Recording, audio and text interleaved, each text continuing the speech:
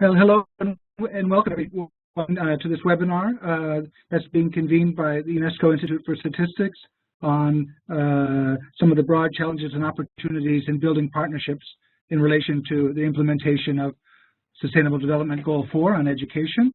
I think this is a great opportunity to bring together the education community on this important issue.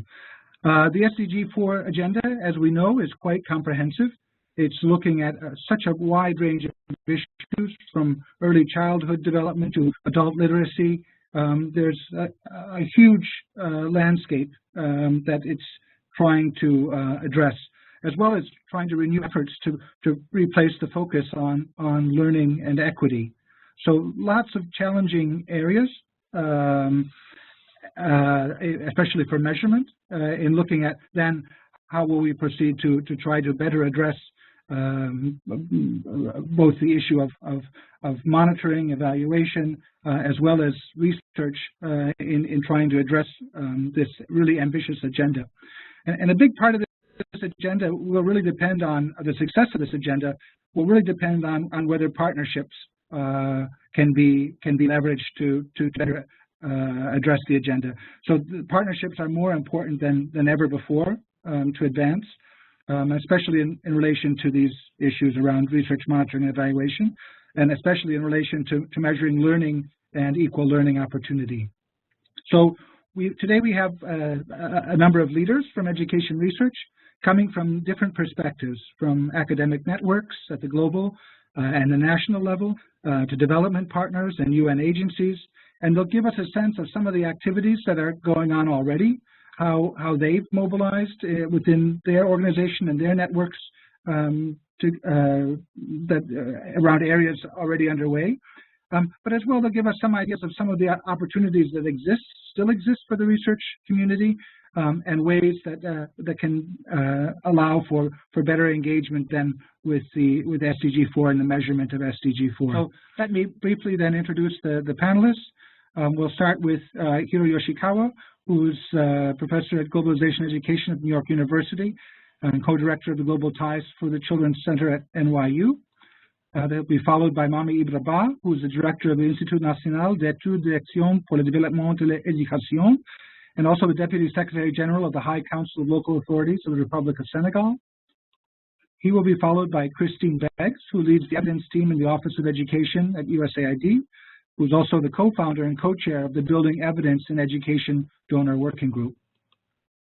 And then finally, we'll hear from Dominic Richardson, who is a senior education specialist at UNICEF and leading, I think, work around education research for the Office of Research at the Innocenti Center in Florence, Italy. So we'll go ahead then and start then, please, with Hiro Yoshikawa for the first presentation. Sure. Thank you, Albert, and thank you for the invitation to this webinar. So first, I'd like to acknowledge my co-authors, who are Paul Oburu, Alice Wormley, and Larry Aber at NYU's Global Ties for Children, and also acknowledge the Sustainable Development Solutions Network, for which this project I'm going to talk about, which is called Equal, is the primary work of the thematic network on SDG 4.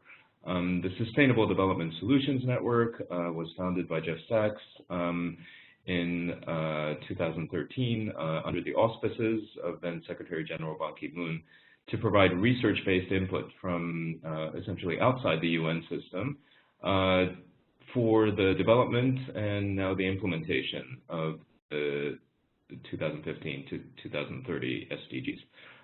So this network recently funded, and which is just beginning our operations and our activities, represents the SDG 4 work of the SDSN, which covers all areas of the SDGs. So, okay, here we go.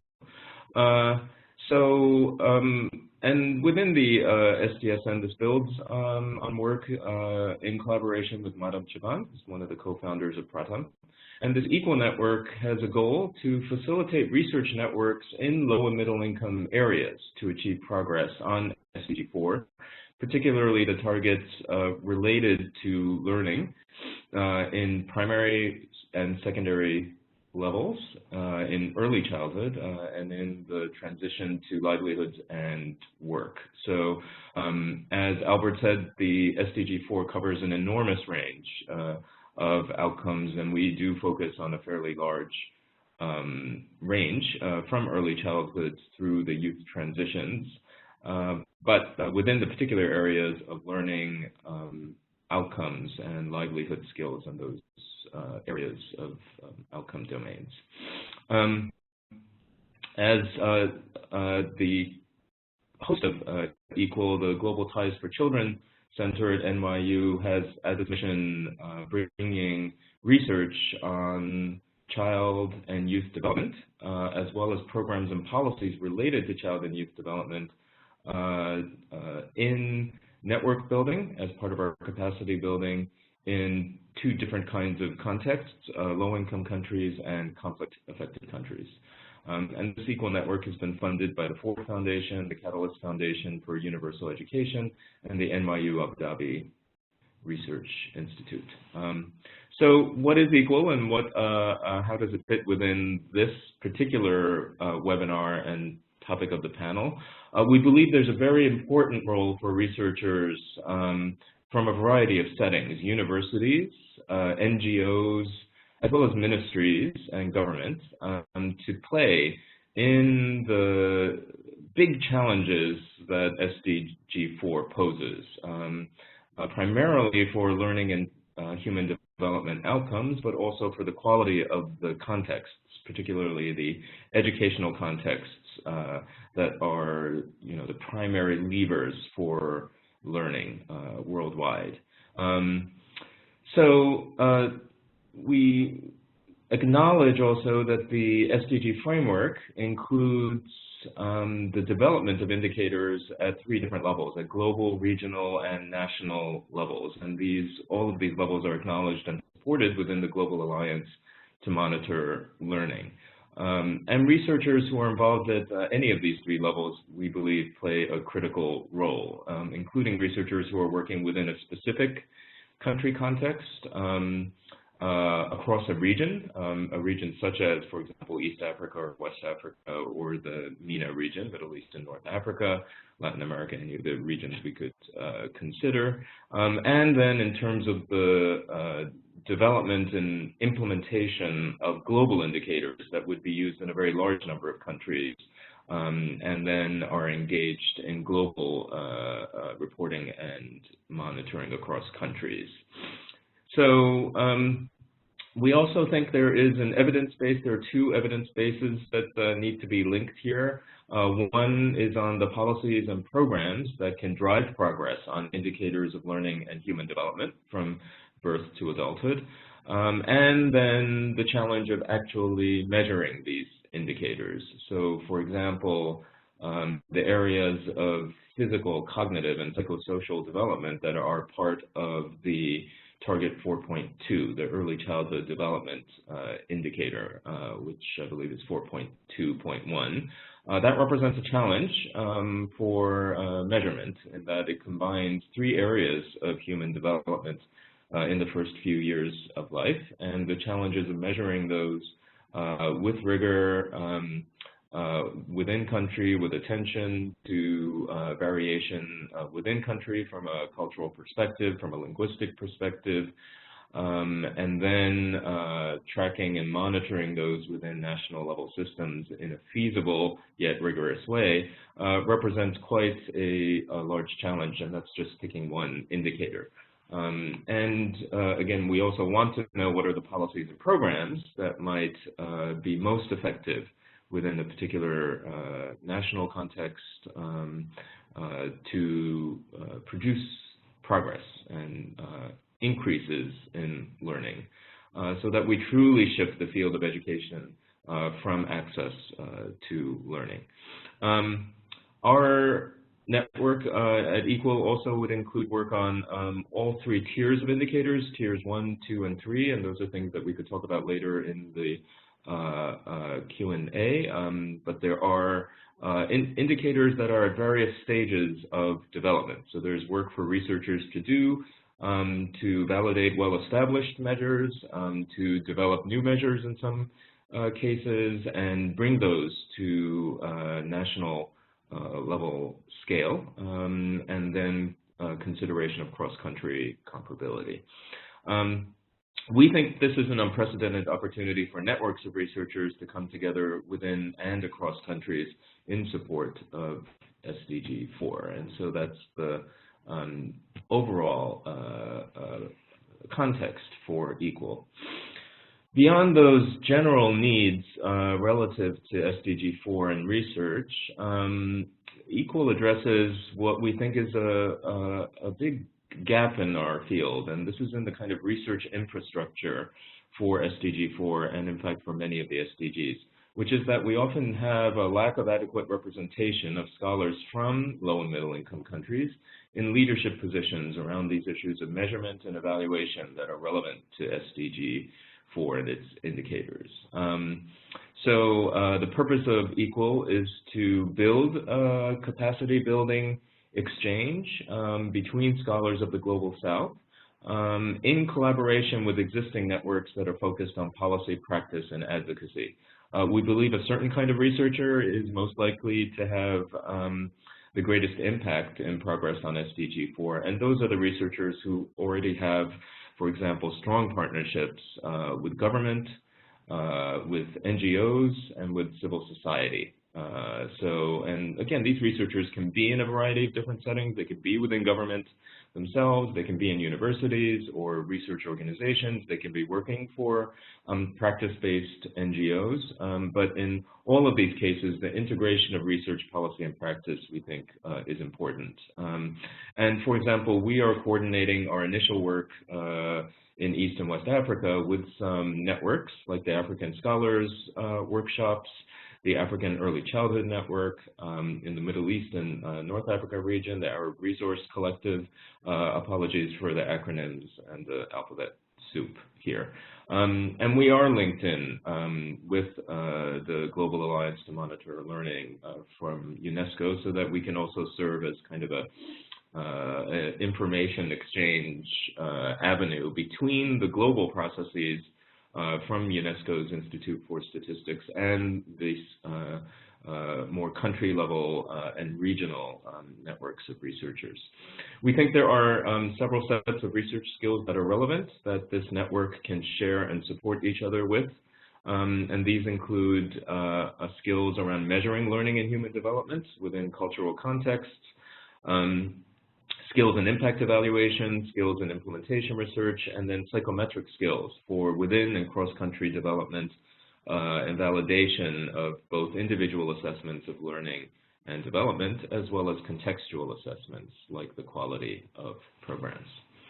So just to give you a sense of where we're starting our work, we're currently funded by the Ford Foundation, by the Catalyst Foundation for Universal Learning, and the NYU Abu Dhabi Research Institute to facilitate networks in 3 different regions of the world: West Africa, East Africa, and the Middle East and North Africa.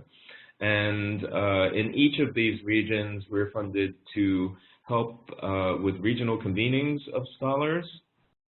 We already had one planning meeting at which one of our other speakers, Mame Ibraba, was present, to foster collaboration and to distribute seed grants that would be reviewed at a regional level. It would not be reviewed out of New York University, but through regional leaders in scholarship. And that the activities would constitute coordination of research activities, sharing of findings relevant to SDG 4, linkages to national program and policy initiatives, for example, with the Ministry of Education or with national level NGOs, resource sharing, including, we're hoping, tools for training in research methods, and then again, links to these more global networks. So I'm going to end there since I think we have a lot of other examples, but look forward to the conversation. conversation. Thank you, Mr. Albert, and how are you, Dr. Hiro, and the other presenter, and all the participants of this webinar. I think that this question we have today to discuss is a big issue for the international community. And we can answer of this by, first of all, talking about the context of the research in the world and Africa, particularly here in Senegal.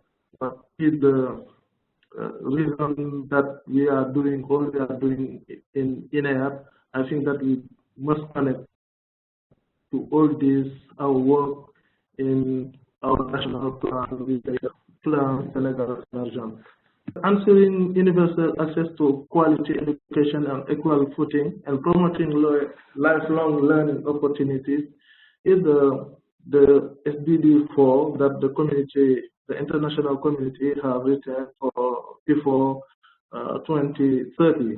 I think that we have done a lot of effort for the first program after the meeting of Dakar, the international meeting in Dakar in 2000, where we have 6 objectives.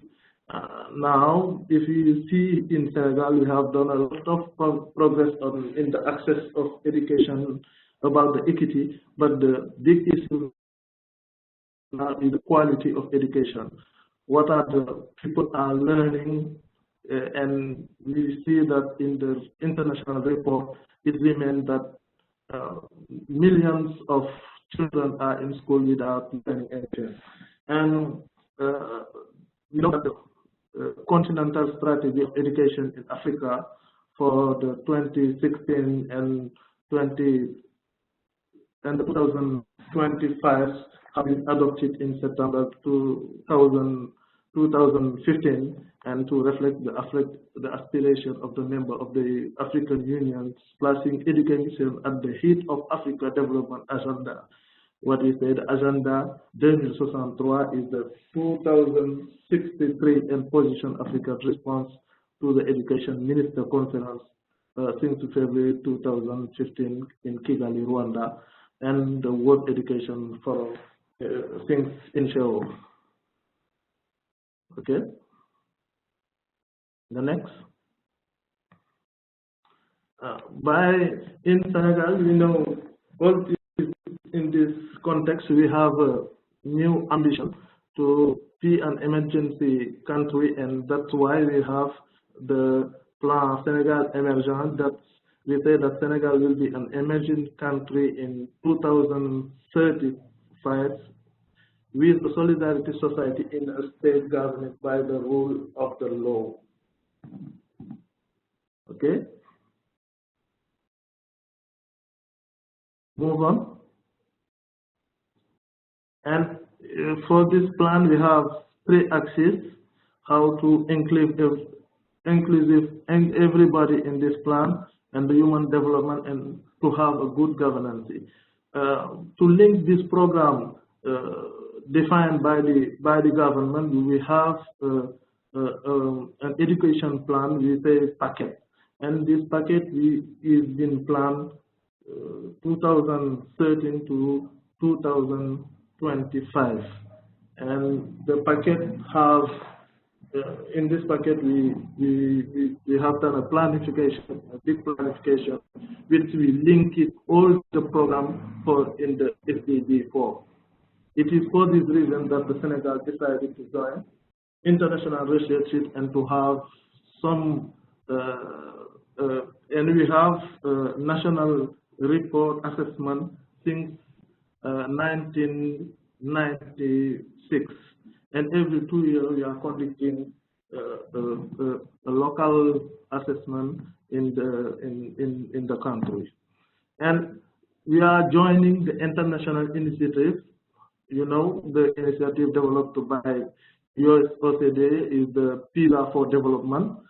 So we have the main PISA, which we have 80 countries, but here is a new initiative. We are piloting since 3 years, And what we want to see here, how to analyze the factor influencing the outcome of the 15-year-old, developing institutional capacity to enable to monitor the SDG 4, and to provide evidence for decision makers to diagnose problems in the system as a whole, and to develop exchange with the international community. And we have another initiative. If you come in INEA, at our security, we are doing the PASEC, and the team of PASEC is in INEA. And we are doing this initiative with 10 countries.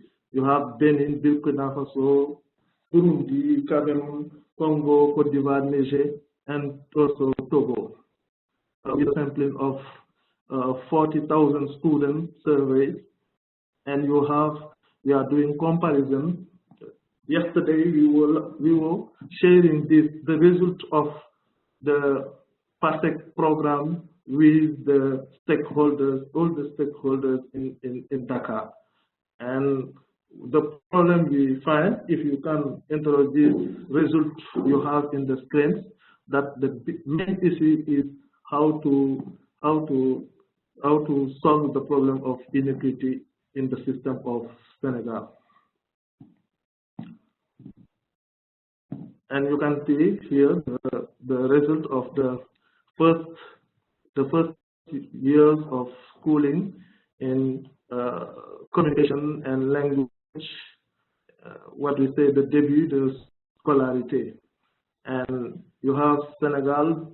If you see in Senegal, about the grade 2, only 30% of students have succeeded in language and communication in this test. Second slide. And you have here our report, national report. What we are saying, the SNES is the national system of evaluation, and every 2 years we are assessing the student of the grade 2 and grade 4 in the primary level. We are doing this year, we have done the same exercise at the middle schools, and we have now the result, and we are preparing the report for the middle schools. And the SNES show us that we have an heterogeneity in the distribution of the student score, and we see also the people who living in the urban areas perform better than those who are in the rural areas, and we see that the private school with the less educated teacher perform better than the public school. And we have other issues. We know that in function of it depends on what type of classroom the students are, and you have the result is of big correlation to the appartenance in the type of classes. And the built-to-grad and the flipped classrooms are not to better perform, and this condition of learning is influencing the results of the students. Influences the result of the students. Okay, so sorry, excuse me, Mami. Just for the sake of time, we're going to have to. I think maybe it would be good to move ahead to your final slides on the guidance and recommendations, just so that we can fit the panelists in. So we'll move to that last slide if it's okay. And just to say that all of your slides will be available to the viewers online as well if they want to consult then the rest of your, I think, very interesting presentation. Okay, and in the what I want to add is that in the regional, we have a regional network here, and we are sharing all this to develop some research with ADEA and local regional group we have here. I'm representing ADEA, the Association for the Development of Education, to share all these results with the local group we have with the institutions like UNICEF, UNESCO, and the other stakeholders like Save the Children and other researchers. We have a regional group researchers, and we are seeing how to link, how to attend, how to help the countries to develop their plan and to develop some researches about the SDG 4. And the lessons we can have here for the researchers who are looking to get more engaged is to use a mass of we have a lot of data, but using the lot of data, I think, remain a big challenge in the policy orientation. We know that we must approach the conducting the in-depth studies on specific areas relative to learning context, research action, development of tools and curriculum revision, bilingual approach, because in our countries, we know that language is a main issue of learning, and we know the financial aspects are very important. Sometimes we want to we can invest a lot of money in learning, but sometimes the management don't get some finance to pilot and to do some research, and this research is a big issue for the low-income countries. Developing communication with all stakeholders for the result of, and the teachers who are in the classroom. I think that we can do a lot of research, but if we don't share it with the practitioners who are in the classroom, it can be a lack of something. We have to articulate also the evaluation with the remediation, with the individualized regulation. I think that every student is important. Every student is important, and to develop the capacity building. And I was discussing this issue with Dr. Iro. I think that it is a big issue. If we have some experts in the national level, and when you go to the region and to the rural areas, they don't know how to assess, and it will be a big problem. I think that we should work to see how to develop, how to build capacity and to train the actors in the different levels, at the different levels in the school, in the system. The development of innovative solutions. I think that these are also our final recommendation about the e-assessment, collaborative research, and networks. That's all. Thanks, everyone, for this opportunity, for organizing this opportunity to talk about this really important topic, and the great foundation laid by the previous presenters. So what I was hoping to focus on today is just a brief orientation for participants about a donor working group that is dealing with building evidence in education and really improving both kind of the standards, the volume, and the use of evidence and research in the education sector. And so then just to give an overview of this working group, some of our core activities and priorities, and then I just wanted to as well give an overview of our very early kind of nascent thinking about how we can collectively support research and like activities to support advancement of SDG 4 and monitoring of that goal or those goals.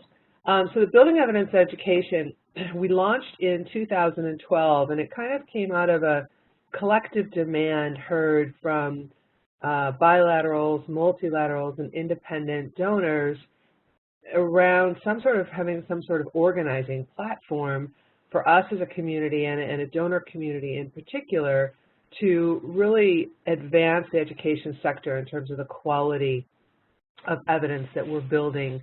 And, you know, so it was really kind of a grassroots development, which USAID, the World Bank, and DFID took forward in terms of kind of setting up the structure of that. And so we currently, and we spent a lot of time defining our broad goals. And again, as I mentioned, it's around increasing the quality of education research and promoting the use of that research, and then also recognizing the opportunity and kind of responsibility that donors have collectively to set the stage for much of this work and to improve our own coordination and collaboration.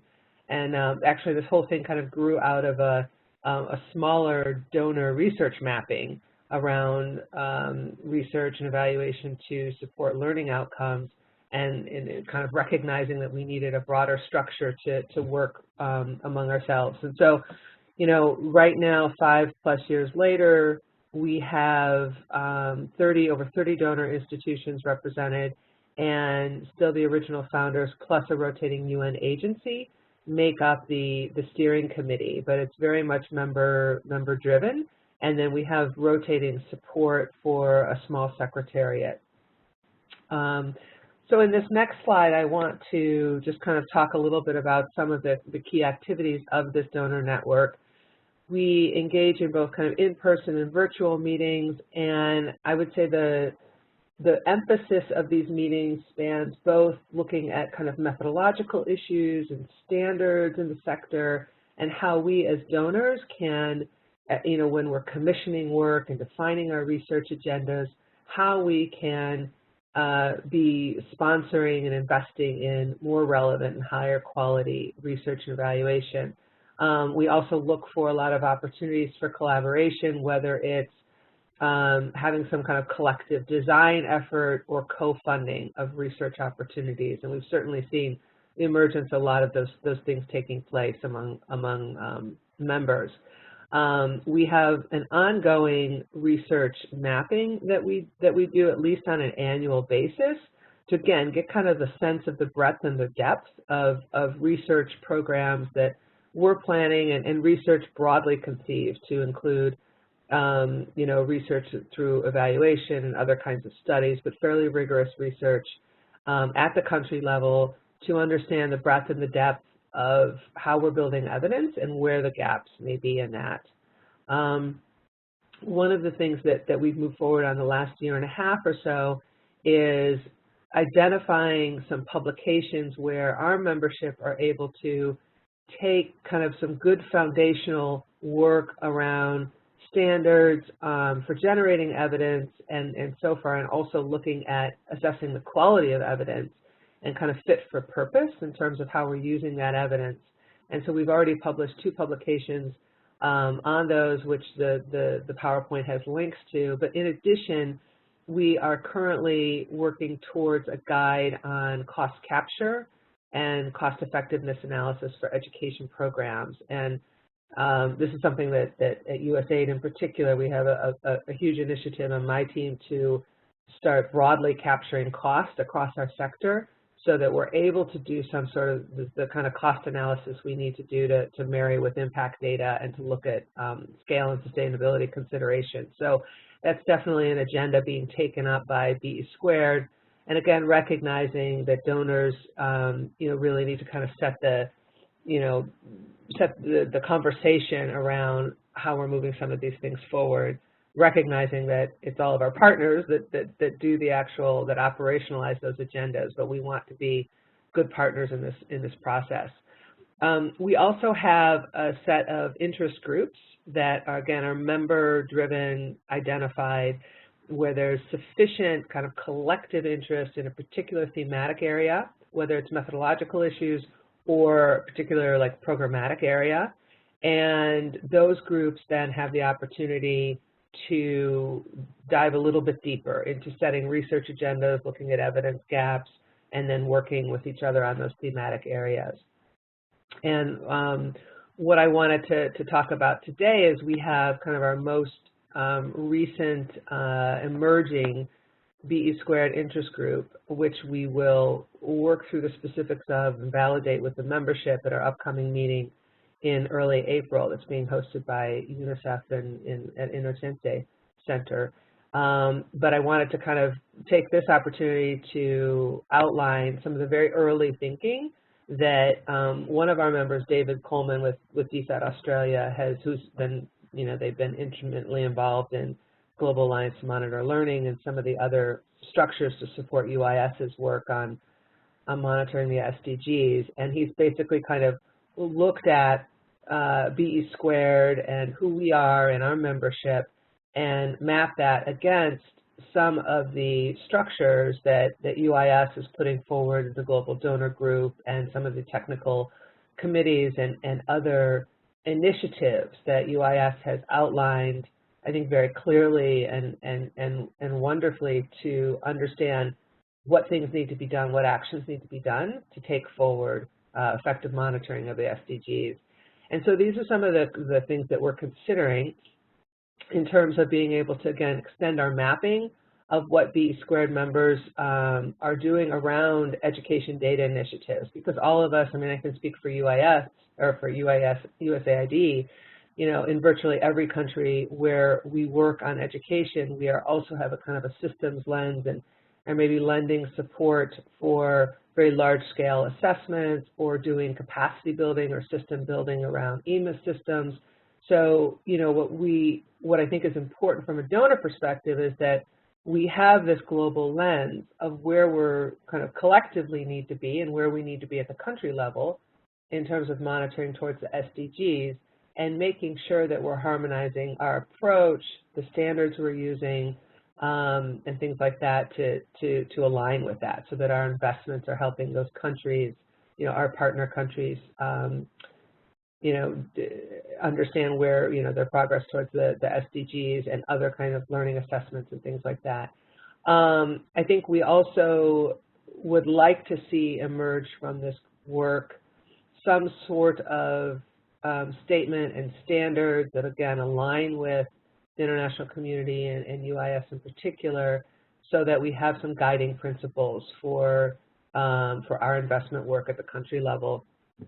In being able to harmonize that. I think as well, there's a lot of work among our members. I'll give an example of one of our interest groups, which is a Youth Employment Funders group. They're doing some work collectively on thinking about measurement and indicators for youth employment, for improving, work readiness skills. And obviously, we want to make sure that thinking is kind of couched within this bigger picture, SDG 4, monitoring, and how those indicators and how the thinking around the drivers behind the definition of those indicators are being developed.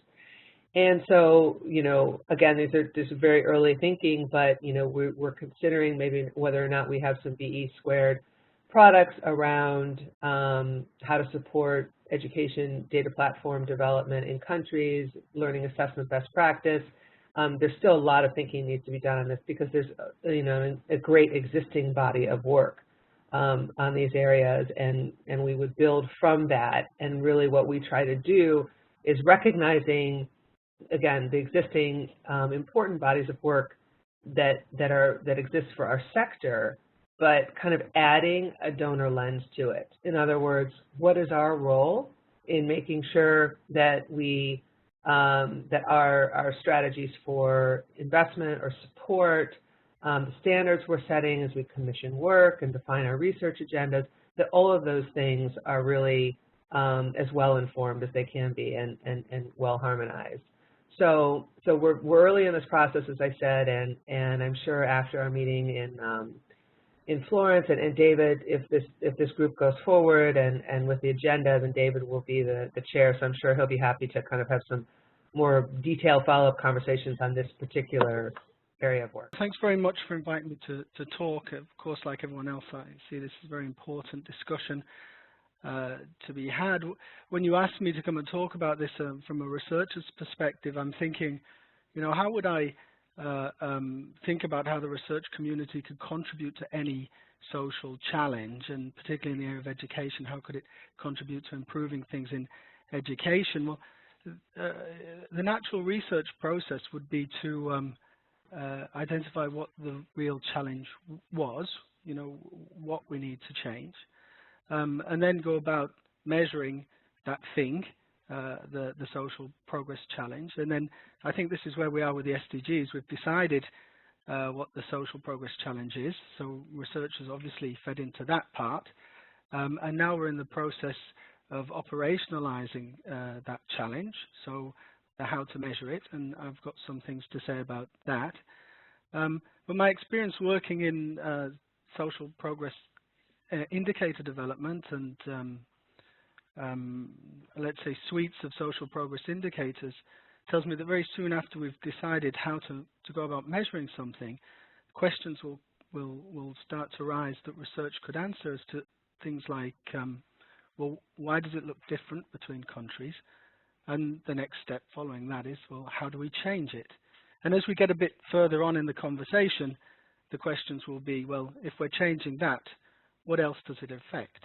What are we crowding out?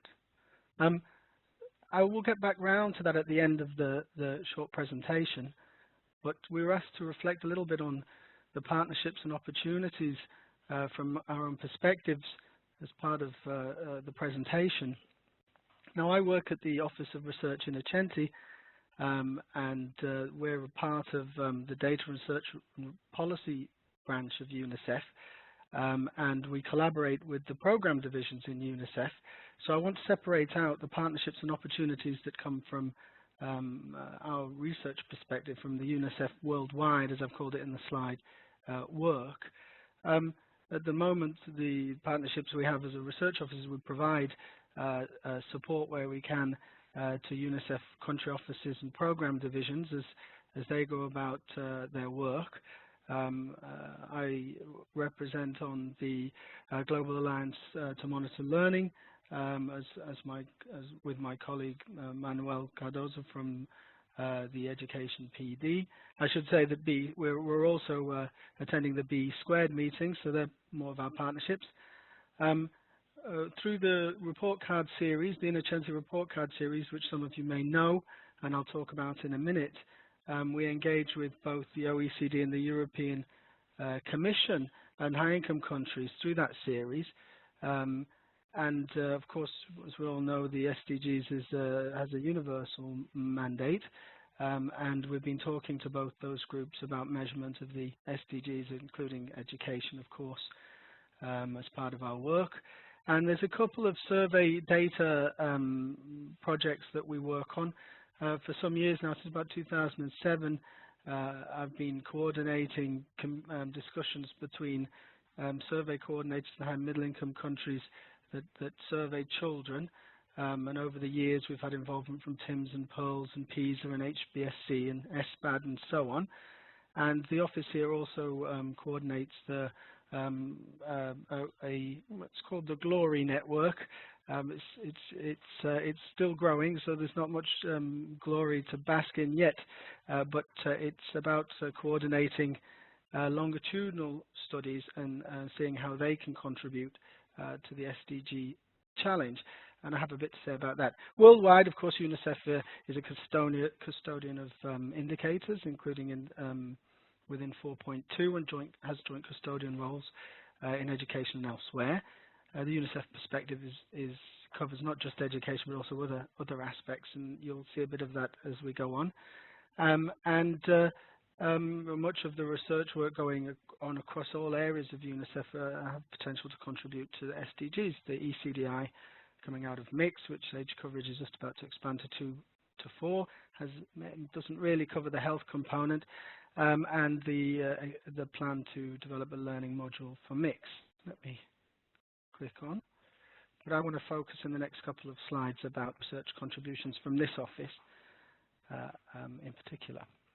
So these are the three areas. I won't labor them, but the first one is the report card I talked about, and this year it's coming out in June, and it will look at sustainable development for children in high-income countries.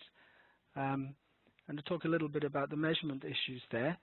I want to talk to you a bit about a child wellbeing and education study that I've undertaken here at the office, which is a meta-analysis of longitudinal studies that link educational outcomes to other well-being outcomes, the purpose of which is to identify opportunities for cross-sectoral engagement and ways to identify periods in the life course which are particularly sensitive to later effects on education.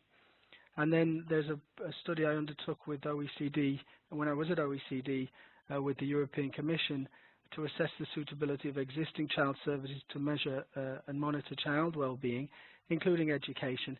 And that really opened my eyes to a lot of challenges in the available data and some of the things researchers could do to fix that. So, okay, so in Initiative Report Card 14, that's, you can see in that, well, I hope you can see that red table shows the couple of goals we've managed to operationalize as part of our picture. We came across a couple of challenges. Well, I'll talk about them in a couple of spaces. The first is that we have 7 target areas plus some policy sub-targets. And despite our review of data availability in high-income countries, which are generally data-rich places, we've only been able to select 2 indicators that we were confident were not only valid, accurate, but repeatable and met the demands of the SDG targets. So the coverage of the goal wasn't great, and it's partly because some of the more complex concepts are yet to be defined, and there's no data for some concepts. And I talk about transferable skills, but I could just as equally talk about quality in childcare. Within those indicators, even though we've collected them, we have limitations. We only have PISA data to look at baseline proficiency, and that only looks at 15-year-olds, and it's only children in school. It's a lack of consistent country coverage for our group, and I'm sure that's much more problematic globally. Well, the complexity of the student assessments mean annual data are not possible to collect, particularly when they come from comparative sources. So we're already got spotty picture over time, and we will have that all the way to 2030. Most problematic for UNICEF and our all-child remit is that children are missing. And children are missing because the target populations in the surveys that go to schools are school-aged children, mainly mainstream schools. We're missing children with disabilities. We're missing indigenous groups in some cases. We're trying to cover some of that in our report. But the thing is that this data are not comprehensive for all children. That's a problem if we're going to use these data for measuring social progress, simply because it creates an equity issue. I won't labor that. I'm sure most people are aware. The next piece of research that I want to talk about, this OECD, a review of surveys. So I talked a little bit about children that are missing from surveys. I also want to talk a little bit about when children are not missing from surveys. Oh, children in the background of my presentation. Children are not missing from surveys, but they're not capable of answering the questions, or they're missing out on questions because of the challenges with literacy they have. I think this creates equity concerns down the line. The picture we're showing there is the first 4 waves of PISA, mapping the average PISA literacy on the y-axis to number of missing values in the background questionnaire on the x-axis. Now you can see very clearly that as children are missing, those children missing more background items are producing lower literacy scores in the assessment. A couple of things for our measurement issues is that, well, if we were to look at bullying, for instance, we'd go to the background questionnaire.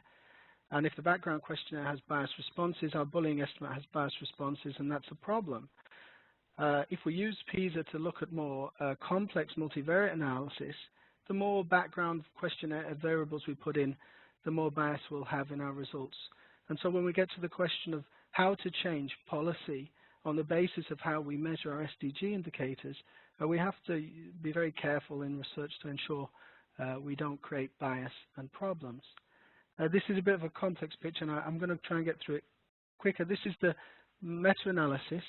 I don't know whether you can see my points, or probably not, but the top half of the table looks at determinants of education and the bottom outcomes from education. The number of cases is a count of the number of effect sizes that go into the bar. And the bar, as you see where it starts, is the age where we measure the relationships, and where and where it ends is where we measure the educational outcomes. And if we interpret the relationships with parents and peers as a determinant of educational outcomes, across 142 studies, relationships around about the age of 4 are seen on average to determine about 5% of the variance in educational outcomes. Now that's not a great deal, but when you look at it, when you compare it to the education bar, where earlier education measures determine about 10% of the variation in later educational measures, we see that we can't miss out on the effects of relationships, and we can't miss out on building health into our educational goals, and we can't miss out on ensuring social protection through the material picture and lowering risk, very importantly lowering risk, and therefore safety and child protection are clear factors when it comes to meeting the goals in SDG 4. And this is one way research can help facilitate responses to the challenge of improving and meeting the goals of the sustainable meeting the targets of Sustainable Development Goal 4. One minute, Dominic. Okay, well it's good because I have 1 minute to do my last slide. Thank you, Albert. So I started at the beginning with what it might be called a cycle of research. So what has been decided in terms of SDG 4, what we want to measure, what the targets, that's been decided. Research now has to step in and ensure that quality research follows the measurement and the what determines these and the policy advice that follows. So we need quality research and research to promote quality in our measurement. That means we need to know a lot more about survey methodologies as the average researcher, including all of the survey methodology concerns around equity and assessment. And we need to pick up our techniques and secondary data analysis, particularly ensuring that we don't allow bias to enter into our tests. I won't talk to the second point. We all know that. Responding to the SDGs requires a dynamic process. What we have is 169 juxtaposed indicators, and you give a policymaker 169 goals, but don't tell them how those goals interact, either across the life course or across sectors. We might get different methods for every country, and actually research perhaps could play a role in guiding the responses that talk to complementarities both across sectors and across the life course. And the last thing, which I think that every good researcher should do, is work towards diminishing the risk associated with target setting. That's Goodhart's law. When a measure becomes a target, it ceases to be a good measure because it creates behavioral change of the type that means that if we want to improve equity by setting absolute standards in learning, a threshold standard, we need to make sure that the whole distribution is moved and not just those around the threshold. Thank you very much, Dominic. And I think that's an important note to end on, in a sense, because as we said at the beginning, there is such a broad landscape and so many issues that are going on at the same time. And in some ways, it's almost about prioritization of some of these issues as well as the coordination. I've got a couple of questions here from participants. I'll read them out, and we'll try to get to them as much as we can. But please come back to the site, and we can post some of the responses there as well. One of the issues is around coordinating efforts. So our participants said they're very glad to see such efforts have been made by researchers, international agencies, and donor groups to evaluate SDG 4, but they wonder how is it best to avoid duplication of efforts among all. So if some of you want to think about that, I'll also read some of the other questions. Another one is about how civil society can best support some of these research initiatives from an advocacy perspective. So how can civil society help leverage what's going on in the research communities to better support data collection for SDG 4 at the national and global level? And then finally, a question from a young researcher who was asking, well, where do I fit? How can I get engaged in what's happening in the field? How can I get engaged in some of the work that's being described here? So I don't know if any of the panelists want to take a question right away. I mean, I think in terms of the coordination, I think that's a great question, and I think we already see that it is. There's so many things happening that it's very difficult to keep abreast of it always. But I think efforts like building evidence in education is something which helps to bring at that level the development partners together in terms of setting some priorities and setting some issues that need to be addressed. There's also the Technical Cooperation Group and the Global Alliance for Monitoring Learning, which UIS is involved in, which involves member states and other partners who are then involved in kind of helping to elaborate some of the indicators, and in terms of learning, trying to look at approaches for better benchmarking the learning indicators as proposed in the SDGs. But I guess there's also then the research community itself through the Comparative International Education Society meeting coming up in March, or through AERA, or through these other academics where maybe this message should be taken further and this kind of idea of a mapping be extended. Would any of the panelists like to come in on any of the questions? Please just go ahead and take the microphone. I believe civil society can support researchers. Perhaps could do explicitly by advocating for the need for research in their work, and then actually include researchers in their activities. On the Equal Network, we are paying attention to both junior and senior scholar support. They have very, very different kinds of needs in low and middle income country contexts. Obviously, we can't generalize about that, but we're hoping that the research tools and networks actually cut across junior and senior scholars. Great, thank you. Christine? Yeah, Albert, I just wanted to add, so, recognizing there are efforts at the global level, a lot of through the structures UIS is setting up to coordinate, but I also see the opportunity to do so more at the country level and more attention to that as we kind of get these global structures organized, and we recognize there's country, kind of ownership and participation in that, but having more explicit country networks, I think, is going to be really critically important. And I don't see us there yet in terms of doing that as explicitly as we need to. And this also ties into having kind of these country-driven and very context, aware approaches to how we're monitoring and measuring SDGs that kind of meet the standards that need to be there. Internationally, but are also very much informed by the country and the context. And then I just wanted to say on civil society, I think to add to Hiro's comment, the use of data we've seen the power of this, throughout Africa and Asia, and the use of data and civil society engagement in the research process. And I'm thinking of the work of, ASER and Uwezo and some of those other kinds of, citizen-based assessments. And I know we feel very strongly that we do not lose that element in this whole process, of monitoring towards the SDGs, that it doesn't become about kind of just international regimes, that this like broad-based country movement that's been so powerful to affect policy and investment reform in a number of countries is a vibrant part of the strategy going forward. Okay, good. Thank you, Christine. So we're going to have to bring it to a close now, I'm afraid. But I think that's an excellent point about the regional and national networks. And I think Mami spoke a little bit about that from the West African perspective, which I thought was useful, and as well the work that ADEA is doing, putting together countries around looking at measures of learning. So that was good. So I just wanted to sorry to bring it to a close so quickly. We wanted to thank all of the panelists again for an excellent presentations and a great discussion of some of, I think, the opportunities and some of the challenges that are still coming out. For all of you who are still listening, there'll be resources available from each of the speakers on the website. And you can return to the website, and you can also listen to it again. It'll be archived on the UIS website if you'd like to listen to it again. And if you have any questions, we're happy to forward them to the panelists ourselves.